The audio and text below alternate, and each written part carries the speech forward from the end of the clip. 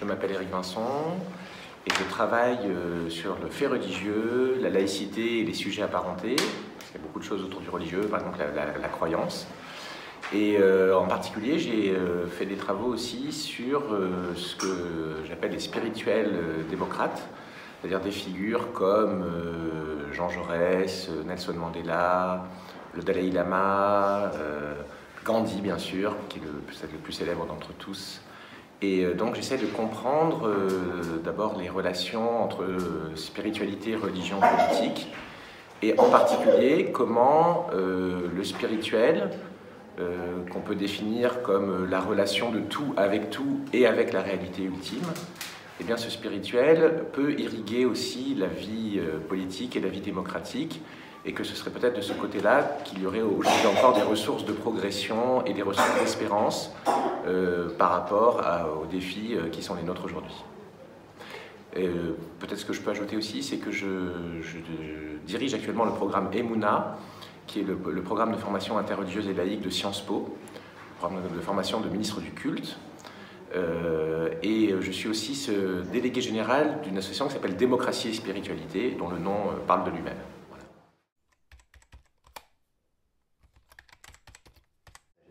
Si je le savais, si je pouvais vous répondre comme ça, je serais le plus heureux des hommes. Disons que la sagesse, c'est peut-être le fait de percevoir déjà dans l'homme un manque, une aspiration, une recherche, une quête d'un mieux-être, une quête d'une possibilité d'épanouissement, d'accomplissement véritablement humain. Et donc cette perspective d'accomplissement est présente dans toutes les civilisations traditionnelles. Après, on peut l'appeler de différentes façons, sagesse, sainteté, etc. Il y a différents termes et connotations qui ne sont d'ailleurs pas complètement équivalentes, il faudrait distinguer les choses. Néanmoins, il y a toujours cette idée au fond qu'il existe un art de la vie, il existe une capacité pour les êtres humains à se déployer dans leurs plus hautes possibilités. Et à atteindre non seulement le bonheur, donc une existence qui vaut par elle-même en quelque sorte, qui est sa propre satisfaction, mais aussi un rayonnement, une créativité, une fécondité, et peut-être aussi une certaine capacité à échapper à la finitude humaine, à la fois à l'accepter cette finitude et en même temps à la transcender. Donc voilà, ce sont deux choses qu'on pourrait dire autour de la sagesse. Il y aurait beaucoup à dire encore autour de ce terme. Et ce qui me frappe aussi, c'est au fond de constater que je disais que la plupart, sinon toutes les sociétés traditionnelles, proposaient cet idéal, si on peut dire, ce but comme ce qu'il faut atteindre individuellement et collectivement, et que, à ma connaissance, la société occidentale moderne est la première qui, au fond, ne propose pas quelque chose comme une sagesse à ses membres en tant que but individuel et collectif. Et que donc, de ce point de vue, il y a vraiment à la fois une originalité de notre société et de notre civilisation même, et bien sûr aussi un manque, et que face aux défis actuels, notamment la crise écologique, qui est la chose la plus criante, le résumé de tout un tas d'autres déséquilibres, eh bien, ce besoin de sagesse se fait particulièrement sentir, et que donc, c'est du côté des personnes comme Gandhi, Mandela, Jaurès et les autres que je cherche des possibilités de réponse à cette quête de sagesse individuelle et collective.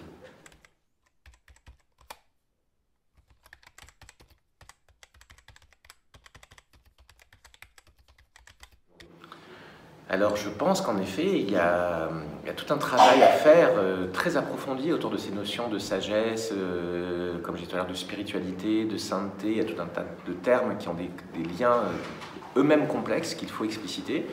Et vous évoquiez toute la problématique autour de la philosophie. Et bien sûr que la philosophie telle qu'elle est pratiquée en Occident et maintenant, je dirais plus largement dans le monde, depuis peut-être 150 ans approximativement, depuis qu'elle est devenue avant tout une discipline universitaire, académique, eh bien, a perdu pour une grande part cette dimension spirituelle qui était sa spécificité, qui était sa raison d'être. Ça a bien été rappelé par le professeur au Collège de France, Pierre Hadot, dont l'œuvre a constitué une sorte de tournant historique en quelque sorte pour l'Occident, en rappelant cette origine spirituelle des traditions philosophiques, et le fait que donc les Grecs, quand ils parlaient d'amour de la sagesse, il ne s'agissait pas simplement de faire des beaux discours et de maîtriser un art du concept, ou de faire de l'histoire des idées philosophiques, mais que tout ça était mis au service avant tout d'un mode de vie, d'une expérience personnelle et aussi collective, qui visait ce qu'on a évoqué tout à l'heure, à savoir l'art de la vie, donner à la vie son véritable sens, porter tout le fruit qu'un être humain peut porter. Et en effet, cette dimension, jusqu'à aujourd'hui, a été quand même très largement oubliée. Donc certains chercheurs comme Pierre Hadot ont mis le doigt dessus, l'ont rappelé, mais je dirais ça n'a pas forcément non plus conduit à des solutions pratiques. Hein. C'est resté là aussi, de certaine façon, sur le plan théorique. Donc on sait que la philosophie grecque, la philosophie antique n'était pas ce qu'on croyait au départ, qu'elle s'apparente plus à ce qu'on appellerait aujourd'hui une voie spirituelle. Néanmoins, ça n'a pas permis l'ouverture de nouvelles voies spirituelles dans notre monde, ou la meilleure compréhension de la spiritualité qui est inhérente à la véritable philosophie. Et donc dans ce domaine-là, il y a vraiment en effet une perte et tout un travail à faire. Et c'est aussi dans cette dimension que des figures comme Gandhi ou Mandela ou d'autres, Martin Luther King, sont très inspirantes parce qu'à bien des égards, ce sont les philosophes d'aujourd'hui. Ce sont des philosophes au sens le plus fort du terme, qui donc peuvent là aussi nous inspirer, être des modèles pour nous, et montrer que la philosophie est une affaire de pensée, bien sûr, mais pas seulement une affaire de pensée. C'est une affaire de mise en pratique personnelle et aussi politique, au sens de la cité que vous évoquiez, hein, la cité athénienne, au sens le meilleur du terme politique.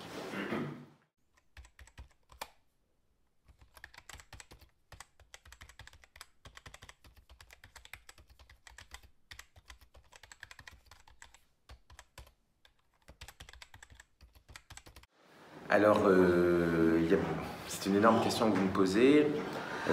D'abord, il faudrait revenir sur justement ce qui s'est passé pendant ces plus de deux millénaires d'histoire de l'Occident et au fond de l'histoire du monde, et notamment dans les rapports entre philosophie et religion. Il y a vraiment eu tout un tas de complexités et de malentendus sur ce plan, et je dirais que si la philosophie est devenue un art du concept pour le concept, quelque chose d'assez abstrait et d'universitaire, c'est aussi un effet, quelque part, de ce que la religion lui a fait. C'est-à-dire que les révélations monothéistes, quelles qu'elles soient, les trois, juives, chrétiennes, musulmanes, ont pendant des siècles quand même opprimé les philosophes, les ont contenus dans un rôle inférieur, subalterne par rapport à la révélation. Et au fond, à certains égards, c'est cette attitude qui a conduit les philosophes à se séparer du religieux et à être en opposition au religieux. Et donc, nous sommes encore pris aujourd'hui dans cette tension entre la raison et la foi, par exemple. Ça fait partie de toutes ces dichotomies qui sont mortifères, qui sont, je crois, fondamentalement fausses, et que le meilleur des traditions spirituelles, bien comprises, au contraire, nous permettent de réconcilier la foi et la raison, la révélation et la réflexion personnelle, la science et la spiritualité, et ainsi de suite. Et que c'est ça la sagesse, c'est cette capacité à faire les liens, à faire des liens appropriés, unir sans confondre, hein, être capable de discerner, et que de ce point de vue, en effet, nous avons à inventer un nouveau paradigme. C'est-à-dire que je pense que les traditions spirituelles sont des trésors, des mines qu'on peut indéfiniment explorer, et qu'il y a beaucoup de choses encore à comprendre et à connaître du côté des traditions spirituelles, mais qu'il ne faudrait pas comprendre ce que je suis en train de dire comme une espèce de vocation à un retour, simplement à essayer d'effacer la modernité ou la sécularisation, et qu'on pourrait s'en sortir en réemployant des vieilles recettes. Ça, je crois que c'est une voie sans issue, ça ne fonctionne pas, on ne peut pas effacer le temps, c'est ni souhaitable ni possible, parce qu'en général ça conduit à de la violence, et que donc, ce qui me semble plus fécond, ce serait de chercher une voie justement qui articulerait tradition et modernité, et qui, au fond, essaierait d'avoir le meilleur de chacune de ces deux possibilités, et que les spirituels démocrates qui m'intéressent sont justement, au fond, ceux qui incarnent cette capacité à relier tradition et modernité d'une façon humaniste, d'une façon tolérante, d'une façon pluraliste, et non pas d'une façon autoritaire, violente, où on va imposer aux gens des choses qu'ils n'ont pas envie de faire. Et donc, alors voilà, quand on parle de désécularisation, c'est un mot qui est très ambigu. Que la modernité ou la post-modernité actuelle ait vocation à se ressourcer dans les traditions spirituelles, je crois que c'est évident. Ça l'est pas pour tout le monde malheureusement, mais je pense que là, de ce point de vue, on peut vraiment montrer qu'il y a un intérêt à le faire. Est-ce que pour autant ça devrait conduire à renoncer à un certain nombre d'acquis de la modernité politique, par exemple, ou sociale? Je ne crois pas. Je ne crois pas. On pourrait prendre beaucoup d'exemples, là aussi je suis obligé d'aller vite, mais sur la question du féminin, les rapports masculin-féminin sont une pierre de touche très intéressante de ces questions. Et donc il ne faudrait pas forcément vouloir revenir à des modèles antérieurs, et d'ailleurs qui sont souvent imaginés, pour essayer, mais au contraire, je crois, essayer d'innover dans ce domaine.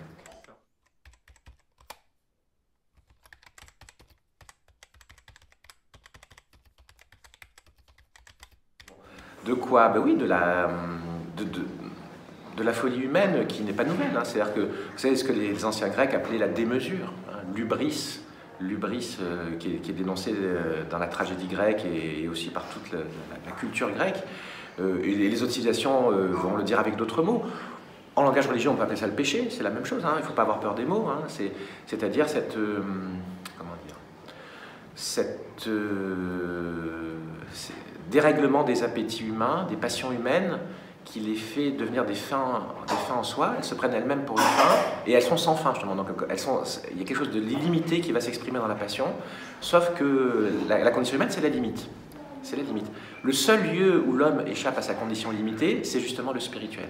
L'homme est illimité en tant qu'il s'ouvre à ce qui le dépasse, ce que les traditions appellent le divin, le supra-humain. Et donc, c'est là où il y a vraiment quelque chose d'essentiel à comprendre. Et donc, oui, les sagesses peuvent nous sauver de nous-mêmes d'abord, nous sauver de notre propre folie, de notre propre violence. Et elle nous incite à travailler d'abord sur nous-mêmes. Là aussi, à ne pas vouloir attaquer l'autre en premier, mais d'abord soi-même se travailler sur soi. Et voilà.